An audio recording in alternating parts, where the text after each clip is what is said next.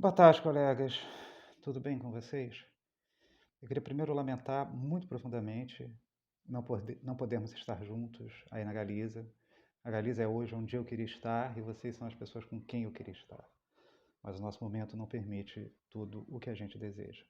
Em segundo lugar, claro, pedir desculpas por não participar sequer de modo remotamente ao vivo, em virtude de algumas dificuldades técnicas que eu enfrentei e da minha própria, digamos, ignorância, meu próprio semi-analfabetismo digital.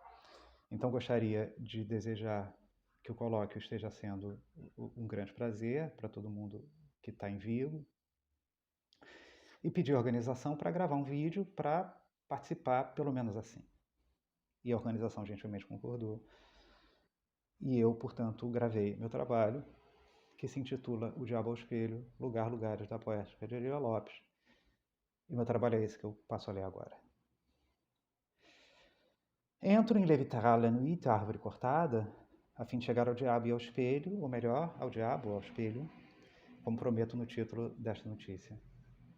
Mas paro antes, na epígrafe da segunda seção do livro, logo após dois poemas que funcionam como uma espécie de prólogo, preâmbulo, prelúdio, aviso, abertura. A epígrafe vem do Evangelho de Lucas, capítulo 9, versículo 60, quando Jesus admoesta um potencial futuro discípulo que gostaria, antes de seguir o Messias, de enterrar seu pai. Deixa, diz o Cristo, segundo Lucas, que os mortos sepultem os seus mortos. Interessa a Jesus militar por um Deus vivo e, nessa militância, constituir, trabalhar sobre autoridades, converter, não fundar uma religião, mas propor um modo de vida e uma salvação que não se encontra neste, mas em outro mundo. A epígrafe evangélica me faz ficar mais um pouco em Lucas, quer dizer, mais especificamente, na maneira como Lucas escreve sobre 3 episódios crísticos ligados a diabo, o demônio. Digo desde já que nestas páginas não me descarei a delimitar diferenças sutis entre certas ocorrências de diabo, demônio ou outro nome que apareça. Pois bem, o evangelista dedica o começo de seu capítulo 4 às tentações no deserto. O diabo tenta Jesus primeiro pelo pão, pois o Filho de Deus se encontrava em jejum. Avança no oferecimento de poder e glória e, enfim, espicaça o tentado, provocando-o a exibir seu poder. Sem êxito, o diabo se retira. Até uma próxima oportunidade. Outro episódio está no 11º capítulo de Lucas. Logo após o estabelecimento do Pai Nosso, Jesus expulsa um demônio de um mudo, que após o exorcismo volta a falar. Diante disso, cito, as multidões espantaram-se. Alguns deles disseram: é apoiado em Beelzebu, o príncipe dos demônios, que ele expulsa os demônios. Jesus riposta: todo o reino dividido contra si próprio fica deserto e cai, casa contra casa. Se também Satanás for dividido contra si próprio, como permanecerá o seu reino? Pois dizeis que expulso demônios apoiado em Beelzebu. Se eu expulso os demônios apoiado em Beelzebu, em quem os expulsam os vossos filhos? Por isso eles próprios serão os vossos juízes. Mas se eu expulsar os demônios apoiado no dedo de Deus, então antecipou-se sobre vós o reino de Deus. Quem não está comigo está contra mim, e quem não junta comigo dispersa. Antes, no capítulo 8, a memorável cena em que Jesus expulsa os demônios de um homem que, em virtude da possessão, vivia entre túmulos. É nessa cena que os demônios se nomeiam legião e pedem ao Cristo, submissamente, um específico gesto de piedade. Cito: havia ali uma vara de bastantes porcos que estava a ser apacentada no monte. Os demônios suplicaram a Jesus que os deixasse entrar neles. Ele permitiu. Saindo do homem, entraram nos porcos, e a vara se atirou do alto do precipício ao lago e afogou-se. Como voltar a Adília Lopes com essa bagagem buscada em Lucas? Como aceitar o convite que essa poética nos faz de lê-la sem contornar seu aspecto religioso, que conviverá, veremos, com o político? Primeiro, cedo à tentação de visitar, muito brevemente, outra epígrafe de Lévi-Strauss Nuit, A Árvore Cortada, vinda de um poema de Santa Teresa de Ávila, cujo verso-chave é Solo Dios basta. Mesmo antes de prosseguir, digo que o livro sobre o qual esta comunicação prioritariamente se debruça é uma espécie de jogo de espelhos, no qual as cenas, as imagens, as figuras, as figurações relacionam-se umas com as outras em estado de mútua recuperação e alteração, como se projetadas para ser vistas de outra maneira. Os espelhos são mesmo assim. Devolvem, invertem, ampliam. Exemplo desse espelhamento é a relação entre as epígrafes vindas de Lucas e de Teresa. Se a poetisa santa reduplica a recusa de certo tipo de alteridade que o Evangelho propõe, pois, segundo ela, Deus é o bastante, por outro lado, Teresa nega qualquer outro que não seja Deus. Enquanto separar-se dos mortos, em Lucas e nos outros evangelhos sinópticos, é propor uma nova relação. Tensão similar a essa ocorre entre dois poemas de Levi Tralhanuit, Árvore Cortada. O primeiro, digamos, teresino. O segundo, por assim dizer, lucassiano. Cito primeiro, justo na sessão aberta pela Castelhana. Não tenho paciência para os outros. Não sou cristã, ou não estou cristã. Tenho uma crista. Sou vaidosa como Eva. Sou má. Sou mazinha. O segundo, na página anterior à epígrafe de Lucas. Na primeira edição, daí etc., o poema e a citação do Evangelho estão lado a lado. Os outros são uma ameaça, uma trapaça, um alçapão. Os outros são deliciosos como maçapão. Seria a Eva de Adília Lopes uma espécie de Vênus ao espelho, sobretudo se pensarmos da clássica obra de Velázquez? E se lembrarmos de poema de Irmã Barata e Irmã Batata, segundo o qual Eva não era má? Talvez não, posto que a tela contempla um Baco que o poema não tem. Então, Eva mesmo, vaidosa, presunçosa e, claro, anterior a Cristo. Voltarei a Eva. Por ora fico com vaidade, quase já com o espelho, e sua relação com a pequena maldade, pois a poetisa como Eva é mazinha. Mas isso não nega a negação da alteridade, pois para os outros, o poema e a voz que o enuncia não tem paciência, ou seja, não tem paixão. O outro lado do espelho no jogo deste livro é o poema da lista de vocábulos dona de uma sintaxe muito própria: ameaça, trapaça, alçapão e maçapão. A poesia adiliana, isso já é lugar comum, guarda no fundo da sua aparente legibilidade simples uma enorme sofisticação. Quero dizer que um poema como esse cria muitos sentidos na sua estrutura. Em síntese, dos seus 8 versos, 3 se centram sobre substantivos que indicam perigo numa intensificação. Da ameaça trapaça ao alçapão. Perigo ainda mais sorrateiro que a ameaça, menos deliberado que a trapaça, pois muito mais sutil e, por vezes, involuntário. Isto é, os outros são, em seu corolário no poema, uma trapaça, que é, no fundo, uma ameaça que se acha fora do alcance de nossa visão, ou seja, um alçapão. Mas os outros também são maçapão, e é justamente a palavra que se pode comer no poema a que rima com alçapão. Assim, os outros são, apesar do perigo que isso representa, gostosos, porque comíveis, pois é possível metê-los na boca, o que ressalta um sentido que, na lista tríplice da primeira estrofe, ficara discreto, em virtude da sintaxe entre os substantivos. Alçapão é uma passagem, possibilita uma travessia.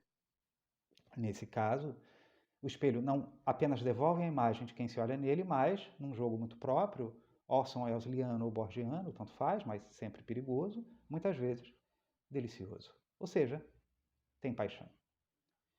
E multiplicidade, é claro. Lucas, o evangelista, nos indicou que isso de demônios tem a ver com tentação e enorme multiplicidade, legião. Outra legião, menor, a dos discípulos, gira em torno da unidade, que pode ser uma trindade, mas isso não importa agora. Jesus, no seu exercício, era, entre muitas e muitas outras coisas, um exorcista. Em outras palavras, um criador de não variedades. Não cabia, por exemplo, cair na tentação do diabo e tentar, depois, continuar sendo o filho da humanidade. Tampouco permitir ao homem, cujos demônios foram parar em porcos, que não fosse apenas ele mesmo, e não um palco onde convivessem de modo tensionado um monte de criaturas. No entanto, e aí reside um grande problema, volto a citar Lucas, as multidões espantaram-se. Alguns deles disseram: é apoiado em Beelzebu, o príncipe dos demônios, que ele expulsa os demônios. E agora? Jesus precisou aqui operar um corte radical, talvez ainda mais radical, apesar de não correr sangue no Novo Testamento que não seja do próprio Cristo, que é as disputas por hegemonia entre o Deus veterotestamentário e um monte de outros deuses. Negar a divisão é a estratégia de Cristo, que diz: todo reino dividido contra si próprio fica deserto, e cai casa contra casa. Se também Satanás for dividido contra si próprio, como permanecerá o seu reino? Por isso, quem não está comigo está contra mim, e quem não junta comigo, dispersa. Não há meio termo, é tudo ou nada, lá ou cá. Adília Lopes, apaixonada por Cristo, é e não é cristã. E quando Mariano Conforado, Santa Teresa, Flor Espanca, etc., Adília identificou-se com a figura da freira, por exemplo, no limite entre o gozo místico e o quanto de solidão pode haver num gozo místico que, no caso adiliano, não goza sempre com fé. Não nos esqueçamos de que, cito, a solidão é um beco forrado de espelhos. E é num poema conventual que diabo e espelho se encontram em Levitala Nuit, a árvore cortada. Cito o poema.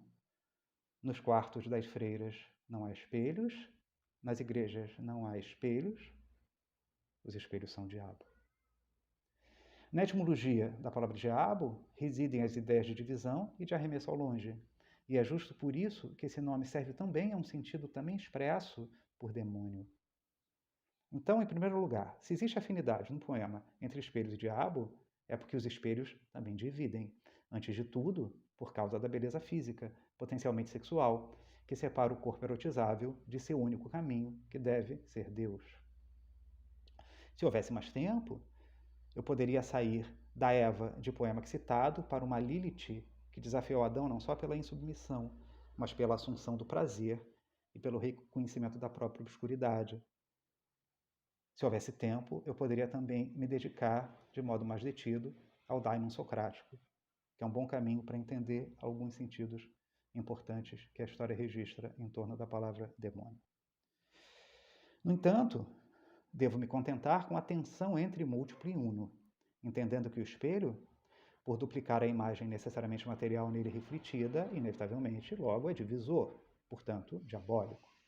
Pense em Plotino, o neoplatônico, que tanto influenciou o pensamento cristão, segundo quem o mal habita a matéria. Plotino também condena tudo que não conspire para o uno, ou dele participe, pois é preciso que nos afastemos da matéria para chegar a Deus. Claro, os espelhos, por sua vinculação à matéria e ao múltiplo, não podem participar da procura de Deus. Plotino não é um pensador cristão, mas o cristianismo bebeu de Plotino. Portanto, não tem nada de absurdo pensar com o suposto egípcio que, tanto nos quartos das freiras como nas igrejas, não há espelhos, porque os espelhos são um irresistível convite ao múltiplo, logo não são Deus, logo são o diabo. E a poesia com isso? Talvez se possa dizer que a cristã, não cristã, cheia de Cristo, Adília Lopes, atue numa ambiguidade que lembra a ameaça que tocou Jesus, o Filho de Deus, que pôde ser confundido com um operário de Beelzebul em Lucas. Essa ambiguidade é abraço e afastamento da autoridade. Em outras palavras, notar a tentação, o alçapão, e não resistir a ele, cair. Por que não? Em certo poema de A Continuação do Fim do Mundo, que dialoga com Alexandre Herculano, Adília escreveu que a poesia é santa, mas também guerreira. Então, duas coisas que me ajudarão a prosseguir. A primeira, em Irmã Barata e Irmã Batata, cuja epígrafe também vem do Novo Testamento, de Mateus, a poetisa se refere mais uma vez, como em tantas outras reuniões, a Cristo e escreve: diz o Sr. Diniz que Cristo foi o homem mais inteligente que veio ao mundo. Eu concordo, porque a caridade é a verdadeira inteligência. Não importa muito saber se Cristo é Deus feito homem ou que espécie de relações estabelece com o Espírito Santo. A segunda. Em ensaio referencial para quem gosta de Adília Lopes, Rosa Martello entende que a obra adiliana é um trabalho de ironista. Portanto, não aposta em qualquer essência real, investigando o próprio real através de uma linguagem que joga. Então, a poesia, para a autora de Manhã, é da ordem do jogo e um jogo irônico. No entanto, nessa autora, seja por seu romantismo, seja por algo que ela cultive que se acerque da fé, o não haver essência não se traduz no não haver uma procura tensa de alguma verdade, mesmo que provisória, mesmo que muito precária. E nesse diapasão que entendo o Nunca Jogo, que encerra poema de, volta ao livro, Le Vitral la Nuit, A Árvore Cortada. Entendo como uma revelação dessa precariedade da verdade um poema em francês dessa mesma recolha. Sur la croix, un gemi et un prie. O gemido e a oração possuem certa estrangeiridade, vide a língua do poema. Não obstante, e esse é o poema que vem imediatamente após a epígrafe de Santa Teresa, o terceto é um breve gesto, se não rigorosamente religioso, certamente de abertura, para usar vocábulo que tem vocação de se acercar docemente de Teresa, mística. E sua mística é cristã. A oração me lembra outro poema, esse de apanhar ar, também muito breve. Reza, escreve, cisma, sonha, tagarela sempre. A obra de Adília Lopes é farta em reflexões sobre a poesia, e detenho-me nessas duas, justamente em virtude de diabo e espelho. Se pensarmos no dístico como um exercício, não só, mas também metapoético, a poesia é quem realiza as ações. Ou a poetisa as concreta, mas, como poetisa, concreta-as pela poesia. Sendo assim, a linguagem poética se mostra em feitio de oração, por vezes, e noutras sai do místico. O que faz sempre é tagarelar. A poesia, então, é da ordem de uma fala muita, excessiva, no limite desnecessária, mas tão necessária como a reza. Poderíamos pensar que a obra de Liana se vê às voltas com o mal, ao menos negocia com ele, ao insinuar que o trabalho da poesia, pura matéria, como entendeu Pessoa, não possui meios de se livrar inteiramente dele. Cogito a materialidade das palavras recorrendo a um dos mais constantes interlocutores de Adília, considerando que, numa mirada como a de Plotino, as palavras são reféns do múltiplo, criadoras do não uno. E poeta é quem não se afasta da matéria rumo a Deus, ou seja, é quem não alcança a sabedoria. Isto é, poetas se agarram às diferenças ao contrário de sair delas. Plotino, um neoplatônico, penso com Platão, foi decisivo para, digamos, separar o que fosse Deus, o que fosse diabo, enquanto fazia seu mais direto influenciador se encontrar com Cristo. E os poetas, sabemos, não cabiam na República Platônica, pois a condição do poetar é mentir. Em outras palavras, é uma condição, diria Platão, diabólica. Mas agora é que a confusão presente no capítulo 11 de Lucas mais fala comigo enquanto leio Adília Lopes. No Evangelho, uma ação em nome de Deus bem poderia ser uma ação em nome de Beelzebub. Talvez seja, mais que a tentação no deserto, mais que os demônios que vão possuir porcos, ainda que não me estranhe se a poetisa gostar de demônios que, após suplicar a Jesus, dominem corpos de porcos, talvez seja o equívoco Deus Beelzebub a mais poética, pensando em Adília, aparição diabólica nos evangelhos sinópticos. Há, portanto, uma potencial confusão identitária entre Deus e o diabo, o que bagunça um pouco uma construção inequívoca de identidade. Se está fora da República, quem faz poesia tem a liberdade de que não desfrutam os cidadãos exemplares, os, quase literalmente, donos da verdade. Mas o que a poesia de Adília não deixa de fazer é perceber o espelho como morada de uma tentação que é, posso dizer, também convite ao gesto político. Se o corpo, nessa poética, é reservatório de dor, é também matéria com dose de liberdade e de ação, e de liberdade de ação, tal como o gesto de Eva no livro de Gênesis. Abundam, em Adília Lopes, poemas que afirmam alguma subjetividade da autora, sempre em estado de ficção, mas nunca sem alguma gana de questionamento no gesto autoconstitutivo. Outro poema do livro de 2006 que nomeio o Espelho é uma festa de debruçamento sobre si e desmascaramento afirmativo. Leio. Um espelho não é uma janela. Um espelho não é um quadro. Quem espreita por meus olhos no espelho sou eu. E eu sou eu. Não há enigmas. O corpo que se vê ao espelho já se revelou pleno de desejo feminino insubmisso. Na insubmissão e na simpatia por movimentos diabólicos, a Dília não é cristã. É alguém que poderia, e deixa esse problema para outra investigação, ser perseguida como bruxa em outro momento histórico, inclusive por se afirmar de forma tão contundente: sou eu, e eu sou eu. Haja ou não haja enigmas, lembro-me de uma frase de Audre Lorde que é uma verdadeira lição. Cito: se eu, Audre Lorde, não definir quem sou, o mundo exterior de certo fará. Essa autodefinição se aproxima das que a Dília Lopes sói espalhar por sua poética justamente pelo vigor político que aí reside, não por qualquer congelamento da subjetividade. Se uma poetisa não definir quem é, se uma bruxa, uma mulher gorda, uma autora negra, etc., o mundo exterior o fará. E sabemos quem e como. Certamente ninguém se esquece de um poema como Eclesiastes, de O Peixe na Água. Para encerrar esta breve fala, cito apenas a epígrafe, ou melhor, indico apenas que a epígrafe vem de uma trovadora medieval, abrindo precisamente um poema que conversa com o Antigo Testamento. Christine de Pizan provoca certo abalo na recorrência, na lírica galaico-portuguesa, de vozes líricas femininas nas cantigas, às quais correspondem autores homens. É um gesto diabólico, no que essa palavra sugere de revolucionário, posto num espelho, no que essa palavra sugere de autoelaboração, o que dá à multiplicidade adiliana certa unidade fundamental para o enfrentamento político. Colegas, eu me despeço por aqui, desejo que o colóquio continue muito bonito, como ele certamente já está. Peço novamente desculpas e desejo, queira Deus, queira o diabo, que nos encontremos o mais rápido possível. Abraços.